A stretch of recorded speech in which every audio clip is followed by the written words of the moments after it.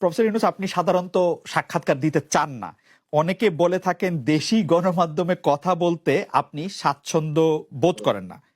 এর কারণ হিসাবে কেউ কেউ বলেন আপনি প্রশ্নের মুখোমুখি হতে হয়তো পছন্দ করেন না। আবার কেউ কেউ বলেন কিছু না বলেও আপনি যে দুর্যোগের মধ্যে আছেন, বললে না জানি কি হতো। আপনার মন্তব্য একটু শুনতে চাই প্রফেসর ইউনূস। না, তুমি তো সবটা বলে ফেলেছো সমস্যাগুলো কি। কাজে এই হলো অবস্থাটা হলো, আমি বলছি দেশের কাউকে কিছু বলি এমন এমন কথা তো নয়। বাইরে বিদেশেও যে সবাইকে যে সাদরে নিয়ে আসি তাও না, তাদেরকে অনেক শর্ত দিই আমার এই কথাগুলো লেখার ছাপানোর আগে আমাকে বলতে হবে, যাতে আবার এমন কোনো কথা শব্দ এমন থেকে না যে আমি আর বিপদের সম্মুখীন হবো। আমি শুধু বিপদ থেকে দূরে থাকার জন্য এটা করছি, কারণ আমি চারদিকে বিপদের মধ্যে আছি।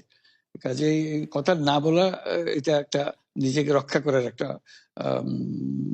সুবিধা আর কি, যে কত কম বলা যায় ততই হয়তো ঝামেলার থেকে বাঁচবো।